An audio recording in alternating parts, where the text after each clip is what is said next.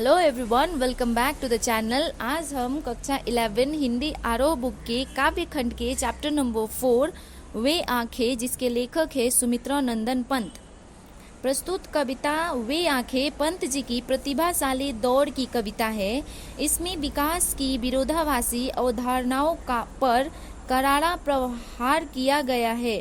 युग युग से शोषण के शिकार किसान का जीवन कवि को आहत करता है। दुखद बात यह है कि स्वाधीन भारत में भी किसानों को केंद्र में रखकर व्यवस्था ने निर्णायक हस्तक्षेप नहीं किया। कविता ऐसे ही दुष्चक्र में फंसे किसानों की व्यक्तिगत एवं पारिवारिक दुखों की परतों को खोलती है और स्पष्ट रूप से विभाजित समाज की वर्गीय चेतना का खाक प्रस्तुत करती है। तो आइए अब हम इस चैप्टर को शुरू करते हैं। वे आंखें।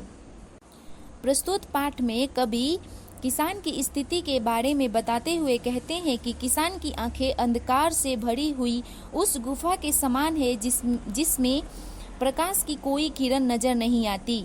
भयानक गरीबी, दुख, दर्द, मौन, रुदन से भरी हुई किसान की उन आंखों को देखकर कवि का मन डरने लगता है। इसीलिए कवि को उन आंखों में देखने से डर लगता है। आगे कवि कहते हैं कि किसान की आंखों में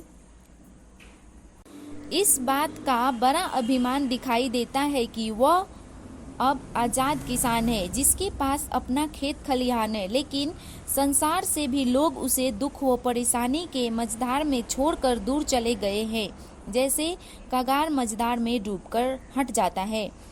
आगे कवि कहते हैं कि फसल से लहलहाते हुए हरे भरे खेत आज भी किसान की आंखों में बसे रहते हैं, जिसे जमींदार ने छीन लिए हैं। हरे भरे खेतों को देखकर किसान बहुत खुश होता था और खेत छीन जाने के कारण उसके जीवन की खुशियां भी चली गई।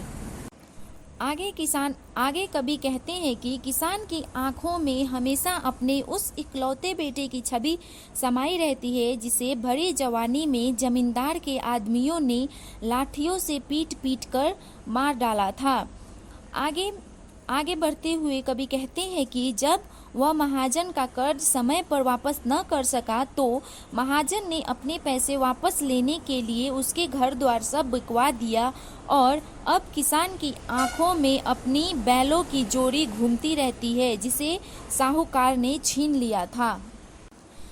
कवि आगे कहते हैं कि किसान के पास एक उजरी नाम की गाय थी, जिसका दूध वह खुद निकालते थे, क्योंकि वह गाय किसी और को दूध निकालने नहीं देती थी।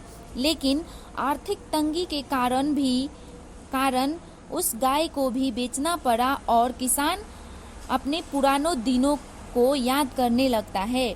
आगे कवि कहते हैं कि समय पर दवा न मिलने और ठीक तरह से देखभाल न होने के कारण उनकी बीमार पत्नी स्वर्ग सिधार गई और सही देख रेख नहीं पाने की वजह से उनकी दूध मुही बेटी भी पत्नी की मृत्यु के 2 दिन बाद वो भी इस दुनिया से चल बसी। कविता में आगे बढ़ते हुए कवि कहते हैं कि किसान के घर में एक बहू थी जो स्वभाव व गुणों से लक्ष्मी स्वरूपा थी, लेकिन समाज ने उस पर अपने पति का हत्या का आरोप लगा दिया। कोतवाल ने उसको थाने में बुलाया, जिससे समाज में शर्मिंदगी का सामना करना पड़ा और वो भी एक दिन कुएं में डूबकर मर गई। आगे कवि कहते हैं कि किसान अपनी बहू के बारे में सोचता है कि पत्नी तो पैर की जूती के समान होती है। एक पत्नी मर जाए पर दूसरी पत्नी आ सकती है, यानी कि अगर उसका पुत्र जीवित होता तो उसका दूसरा विवाह करा देता। लेकिन अपने जवान और प्रिय बेटे की याद आते ही उसकी छाती दुख से फटने लगती है।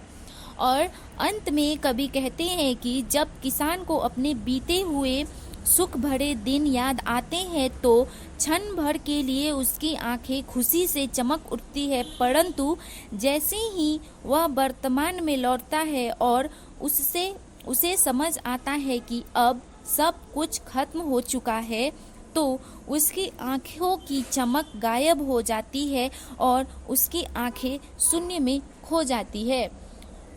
उम्मीद करती हूँ आपको ये वीडियो अच्छी लगी हो। अगर अच्छी लगी हो तो वीडियो को लाइक करें, चैनल को सब्सक्राइब करें। Thank you.